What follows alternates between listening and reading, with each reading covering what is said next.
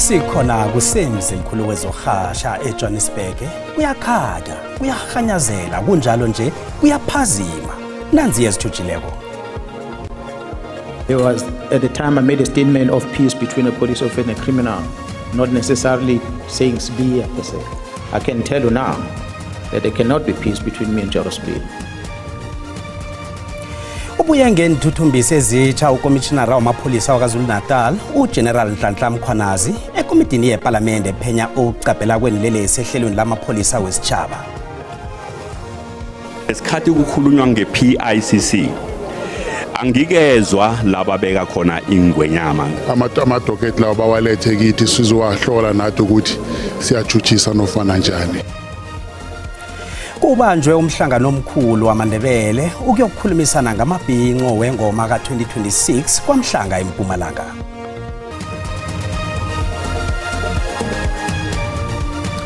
Kuhle ukunibona seniphelele noke lapho ngekhaya nilinde zona indaba zethu zanamhlanje. NginguCedric Mwebya, lotshani emakhaya.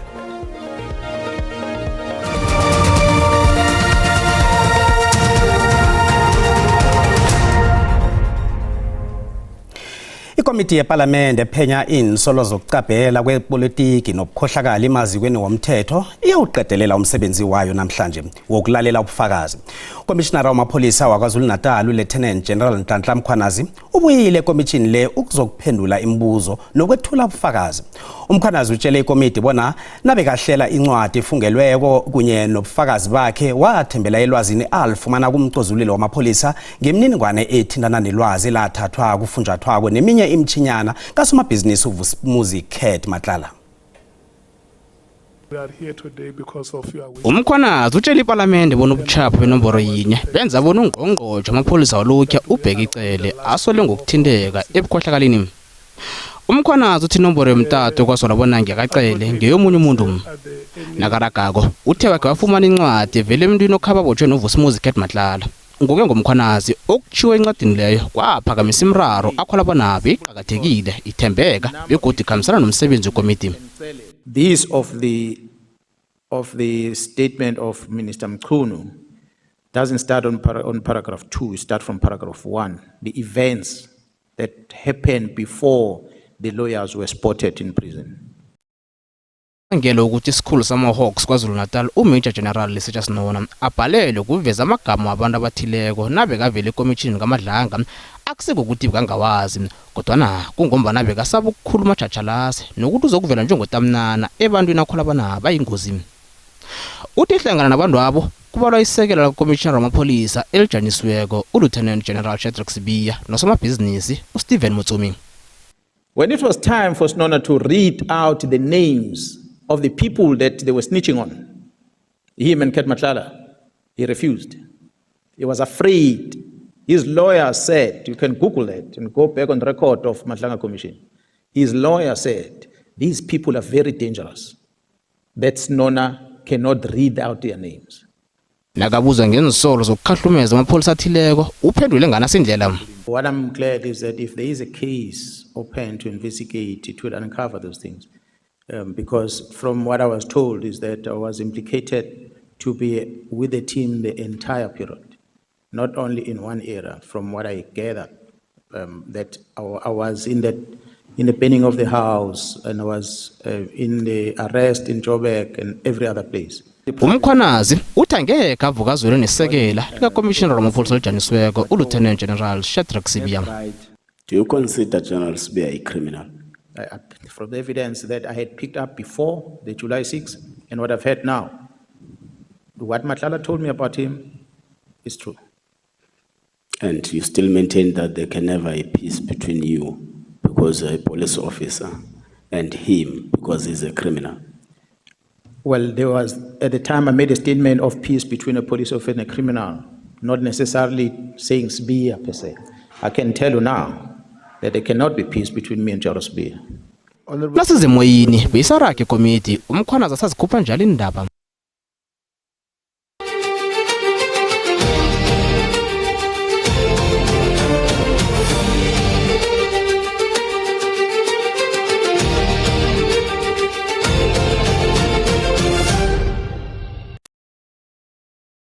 Komitini kaMadlanga izwe bona uSergeant Fani Nkosi ubenande abelana ngelwazi nomuntu owaziwa ngelikamthakathi obeka ngasebenzi emapholiseni ngemva kokuvela kwelwazi lokuthi mbulalo othintaniswa namacala amaningi wokubulala. Kuzwakala bona uNkosi banomthakathi badoselana umtatu amahlandla amachumi amathathu ngemva kokubulawa kaSonjiniyera weFerenaging uAhmad Swart.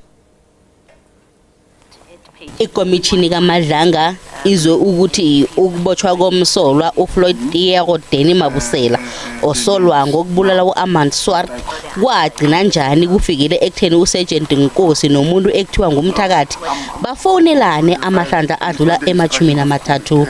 Kuthiwa indoda le yayimngani wehloko le yaUJonathan Msibi ekuthiwa batsho wayengaphandle komuzi kaKatiso KT Molefe nakabotshwako ngoNobayeni.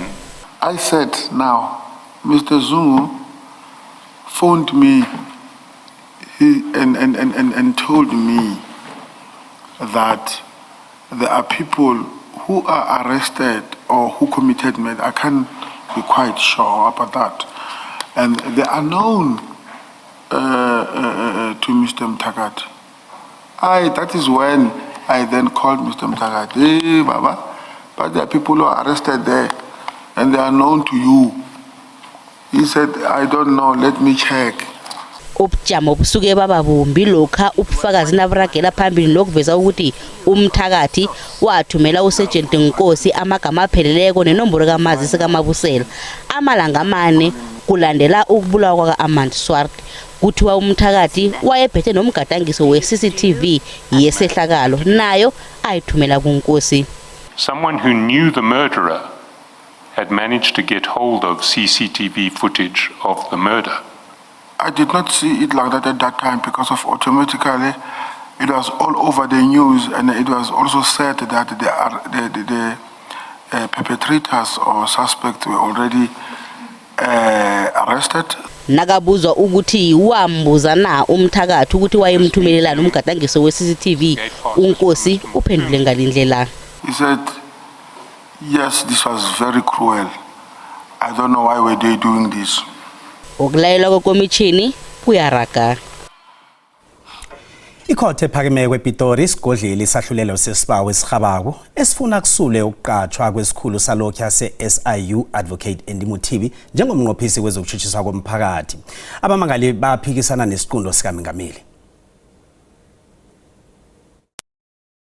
179 yomthetho sisekelo inekela uMengameli amandla wokuqatsha umnqophisi wephiko lezokutshutshiswa komphakathi. Okusekela lokho uMengameli wakhetha ibandla labahlungi bona kube ngilo elihlunga koliphakamise nalabe engakhethwa kibo uphumeleleko. Kodwa na ikampani yamagcwetha yeKapa iBiqulu and Partners inganga ithi ikambiswa khange yenziwe ngefanelo. A letter of demand was written, it was ignored, an urgent application was launched. When the urgent application was launched, the President filed a notice to oppose. Having filed the notice to oppose, goes ahead and makes the appointment of someone else who didn't participate in the process. Amagcwetha kaMengameli asiphikisile isibawo athi uMengameli usebenze ngokwamandla nawo ngokomthetho sisekelo. Bathi nanyana kunemniningwane engakhange iqalisiswe kodwa na uqhakathekile ukuthi isiqundo sokugcina ngesikaMengameli. A decision to ignore relevant material that does not render the final decision irrational is of no consequence to the validity of the executive action. And that's the end of the applicant's case. Ikhotho isasigodlile isahlulelo. Amakhosi abenegunya lokukhupha ingoma yabo baba neyaboma kunye nabanye abadosa phambili ekuphetheni amasiko okukhulisa abantwana ngokwesintu bathi bazokusebenzisana nohulumende, amapholisa, iphiko lezokutshutshiswa komphakathi nabanye ababilani ukuqinisekisa bona amasiko la akacatshelwa zizephula mthetho nabanye abasomathuba abafuna ukwenza imali ngamasiko ahloniphileko la. Bakhulume lokhu embizweni ebeyibanjwe eminyango wezombuso ohlanganyelwa zamasiko nezokuhlaliswa kwabantu eMpumalanga eKing Nyabela Building kwaMhlanga. Beyizela iphuphuma iKing Nyabela Building eParliament edala kwaMhlanga. Embizweni ekhanjelwe bobaba abakhupha ingoma amaNdebele, yabo baba yabaPedi, yaboma yabaPedi neyamapulana. Ekuthomeni komhlangano kube nokungazwisisana ukuhle ngesikhathi abobaba bathe batsho bavele esitshabeni samaNdebele wakwaNzunza bazwakalisa ukuthwenyeka kusomkhandlu Speedy Mashilo ngokuthi ayibahlaleli kuhle ukuthi umhlangano ofana nalo ubanjwe hlangana naboma. Bathi kufanele ubanjwe abantu abafaneleko esigodlweni.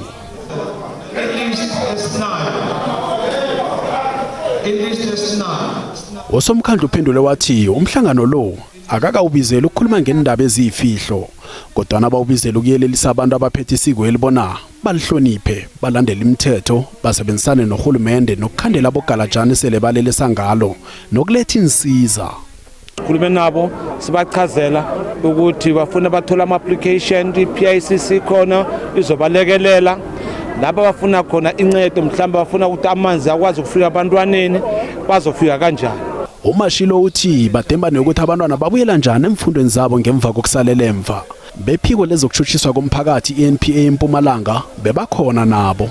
Nase ufike la kunamaphoyisa khona aphenya lapho kungakakhambi kuhle khona kube nokuphambuka amadocket lawo bawalethe kithi sizowahlola nathi ukuthi siyajutshisa nofana njani. Amanye amakhosi nabo baba usomkhandlu bona imithetho eminyeleni ayibekwako bangokubandakanya ingwenyama ndanzi banye balela ngokuthi uhulumende akasize nangemphuthelwano zokudla ngebantwaneni. Esikhathi kukhulunywa nge-PICC angikezwa laba beka khona ingwenyama, angikhulumi ngamakhosi ngikhuluma ngengwenyama, because if unga stipulate ukuthi ingwenyama ijame kuphi lapho, I've got a very serious problem. Department of Social Development ukuthi mhlambe nayo ayibe part of this isiko lethu ngihlangothela ukuthi ibe nama-food parcel ngoba abantu abaningi siyakhumbula ukuthi abenza isiko lengoma abantu abahlala endaweni zemakhaya abangasebenziko abadependa ku-government. Usomkhandlu umashilo uthi indaba le ngokungeneleleko uyoyikhulumela ngentumbeni nengwenyama namakhosi sekubalwa nengwenyama yakwanzunza umabhoko wesithathu. Bemapholiseni bathi bazokusebenzisana namakhosi ekubambeni izephulamthetho nalabo abalelisa ngamasiko la bawenza ibhizinisi. Endabeni ze-SABC nginguComfort Masombuka ngikubikela ngise-King Nyabela Building kwaMhlanga eMpumalanga. Nasibuya entolo. The babies were joined, the trunk, meaning the body, there were organs that were joined, we had to separate and make them share.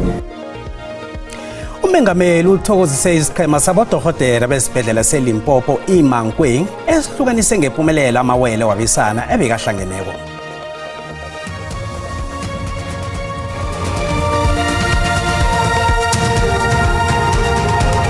Indaba sekhona lapha mbukeli kanti nazi kuphundileko uyazithola ku YouTube, SABC Plus, TikTok, X na ku Facebook.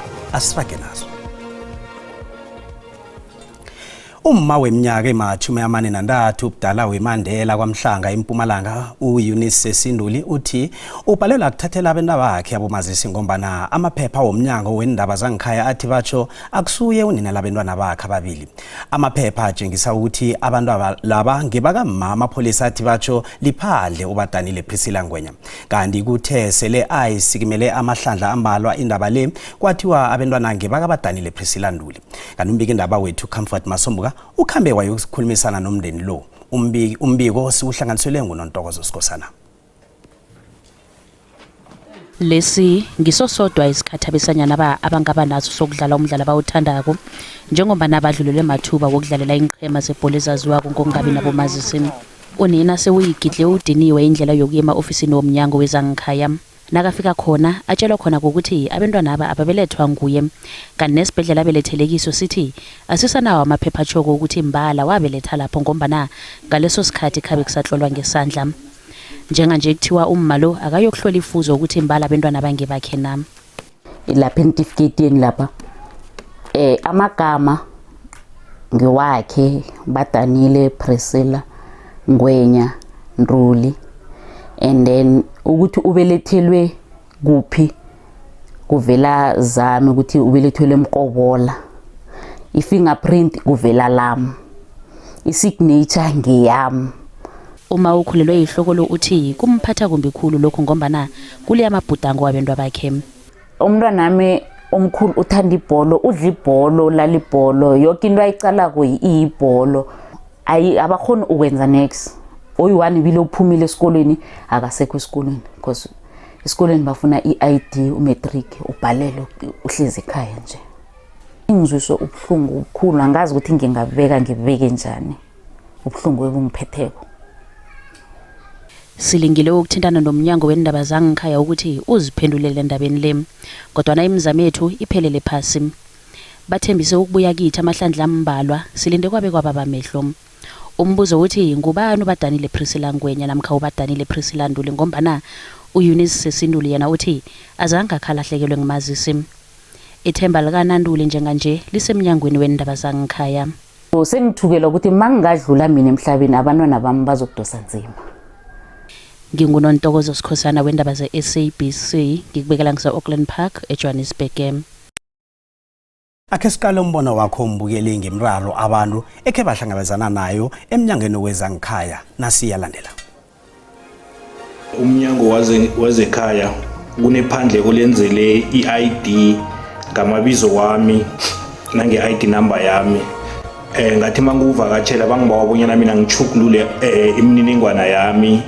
Umntwana uthatha i-ID yabuye ireceipt ukuthi umntwana i-ID ikhona akumele ucollect bathi i-ID ilahlekile akaqale phansi apply i-ID entsha. Sade ngabona mina banike umuntu i-ID wrong kwekuyindoda i-ID number yakhona ithi umfazi. Mina ke ngibone umnyango wangekhaya unikela izelamane embili iminyaka. Omncane uneminyaka eminengi ukudlula omkhulu. Ingane yakamakhelwane yathishayela i-ID yathi intombazane bathi bona umfana even namanje usazama ukuyilungisa loo nto le ayilungi. Ayikho into ebuhlungu njengalena phela uma unganayo i-ID uyafana nomuntu ongekho nje. Kunomunye kho wathiwa kwenzela umntwana isitifiketi samabeletho wathiwa akhonakala ukuthi angaba nabantwana ababili ngonyaka owodwa. Sangazi ukuthi kwenzakaleni ngoba i-firstborn yakhe beyina-10 ngaleso sikhathi. Si-home affairs kuphela nobudedengu nathi abantu abanzima ngokuthanda ukuzwela abantu khulu. Umuntu uyafika kuwe hawa anginapasi anginasitifiketi uyamthathela wena ngobulungile ukhohlwe ukuthi unabantwana. Mhlazana uthi uthathela bakho abantwana lena bathi bayakusesha bathi ayikhona wena abantwana bakho bashiyana ngeenyanga embili kwenze njani? Apho ibhlungu khona msakazi uyuthole ukuthi abangaphandle bayazifumana kodwa aba balapha bayasokola kakhulu futhi baneminyaka bezikhangela. Kanti umbona ngeumbukeli e-SABC ayizuthweswa umlando wokuziphendulela ngombono wombukeli. Umkhakha wezokulima ungalima indima enkulu ekuthuthukiseni abantu abatsha khulukhulu endaweni ezisemakhaya lapho basalila khona khulu ngomthlago endaweni zemakhaya. Ulungile Mkhize ubalwa hlangana nabanye abafuyi abazuza ehlelweni lesibonelelo sabafuyi abasesebatsha likaNdunankulu weMpumalanga ngomnyaka ka2022 begodu sekhe wathumba noNongorwana ovela emnyangweni wezokulima wokuba ngomunye wabomma ebawukhuthaleleko umkhakha wezokulima. Umkhize uthi umehluko wona ukhona nakulinganiswana phambilini nakangafumana isibonelelo esivela kuNdunankulu. Nanyana kunjalo uthi zinengi intshijilo ahlangabezene nazo njengomfuyi obhura ngeenkukhu namaqanda ekubalwa nokuthi solo alinda isibonelelo esivela emnyangweni wezokulima ekuthiwa saphasiswa ngomnyaka ka2021 kodwa nabekube kunamhlanje solo kakasifumani. Ngo-2021 Mkhatshisa approved for the CASP project. Kwathiwa Ilungile Poultry Farm has been awarded with 28.7 million. Satshelwa ukuthi hayi asithengiseni yokino ngo-2021 sijame kancane bazokwakha. Sahlala unyaka wonke Mkhatshisa linda azange kwakhe. Kwaze kwafika nabantu basebela yonke into engaphakathi kwefamily. Ifamily lasala li-vacant.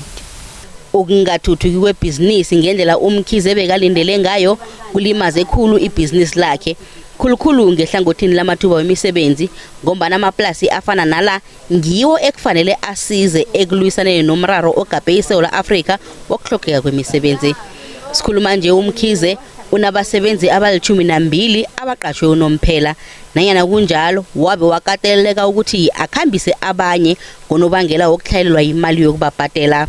At this moment, we can't even do an interview because we have no job availability. Us ourselves, we are struggling.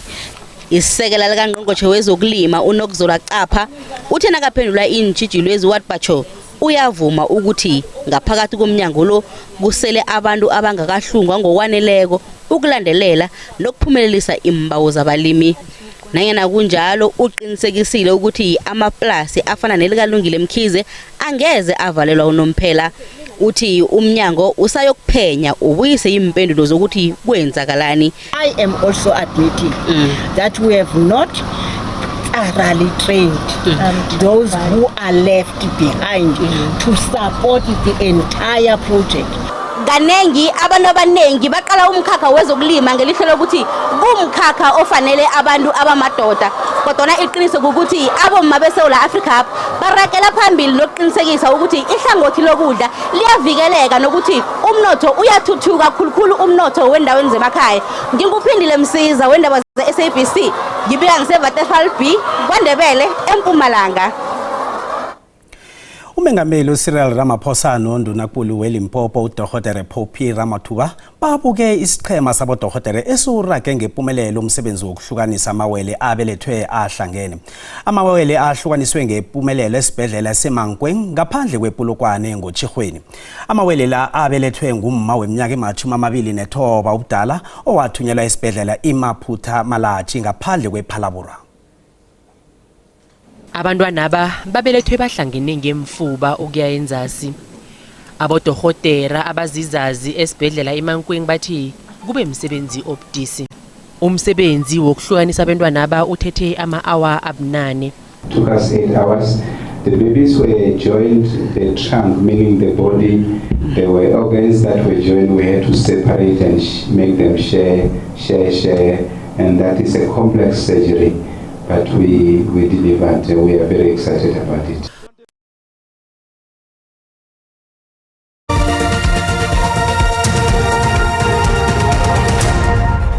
Siyaloshisa ekhaya ngelesithathu selikhela wathela ngapha ngeGauteng akhe sicalele ukuthi kezinye indawo kunjani nasobona lapha nge30% endaweni zangale ke ngeNorthern Cape athuqina nge60% lapha kubo Limpopo wehlele njalo eGauteng eMpumalanga uchingena lapha eKZN kunye nesifundeni sangale ngeMpumalanga Kapa kusasa na kuyaqinaqinile phakathi nesifunda salapha eNorthern Cape nge60% likubuze sengamafu ngapha phakathi nenaga eSouth Africa kuthi lapha ke endaweni zabo Phulukwane silithole nge60% yenchayele kuhle kuseni kusasa lapho eKZN nangesifundeni seMpumalanga sibona ikungu inengihle ngobusuku obusithole lapha isilemukiso okuthiwa izolo liduma kumbi kusuka lePhulukwane wehlele ngale ngePitori chinge Durban nangale ke ngakuboGqeberha kusasa kodwa ke sithole sinye isilemukiso ngale ngeUppington kunomoya kodwa ke ngenzeka ukuthi kube nemlilo yemango ngenxa yobujamo bezulu sicala amazi ngokushisa sithome ngapha ngeGauteng libonakala lifuthumele endaweni ezinengi Pitori 29 Johannesburg 28 Bronkhorstspruit 28 Limpopo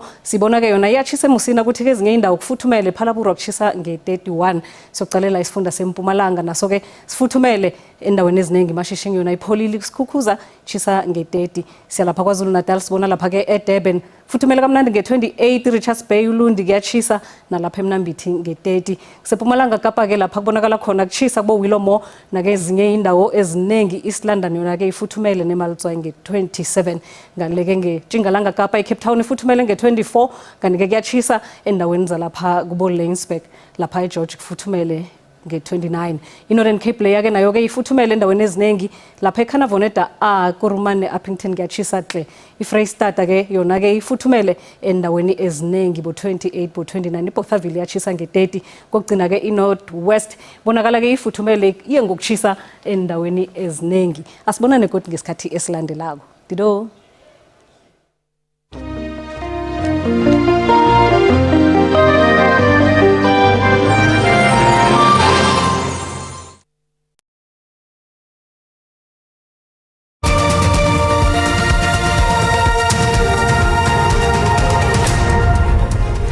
Ngesimbi yekhomba ziyalandela indaba zesiZulu kanti kusasa ngesikhathi esifanayo ngezesiswati nisale nomusa.